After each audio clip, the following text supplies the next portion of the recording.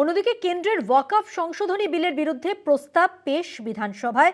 সিদ্দিকুল্লাহ চৌধুরীর বক্তব্যের সবটা ঠিক নয় এমনটাই বললেন মুখ্যমন্ত্রী। কিছু কথা দলের পক্ষে, কিছু বিপক্ষে। কারোর অসুবিধে হলে ফিরহাদ, অরূপ, দেবাশিস কুমারকে জানান। আর কি বলেছেন মুখ্যমন্ত্রী জানবো। সঙ্গে রয়েছেন টেলিফোন লাইনে আমাদের বিশেষ প্রতিনিধি দেবজ্যোতি ঘোষ। দেবজ্যোতি, জানতে চাইবো এ প্রসঙ্গে মুখ্যমন্ত্রী কি বলেছেন। দেখো, বিধায়কদের নিয়ে একটা হোয়াটসঅ্যাপ গ্রুপ তৈরি করতে বলেছেন এবং সেখানে অরূপ বিশ্বাসকে দায়িত্ব দেওয়া হয়েছে এবং বিধায়কদের যদি কোনো সমস্যা থাকে ফিরহাদ হাকিম এবং অরূপ বিশ্বাসকে জানানোর কথা বলেছেন এবং সেই বিষয়ে ফিরহাদ হাকিম এবং অরূপ বিশ্বাস মুখ্যমন্ত্রীর সঙ্গে যোগাযোগ করবেন এবং তাদের সমস্যার কথা শুনবেন। এবং অন্যদিক থেকে অত্যন্ত গুরুত্বপূর্ণ বিধায়কদের বিভ্রান্তিমূলক বক্তব্য থেকে বিরত থাকতে বলেছেন।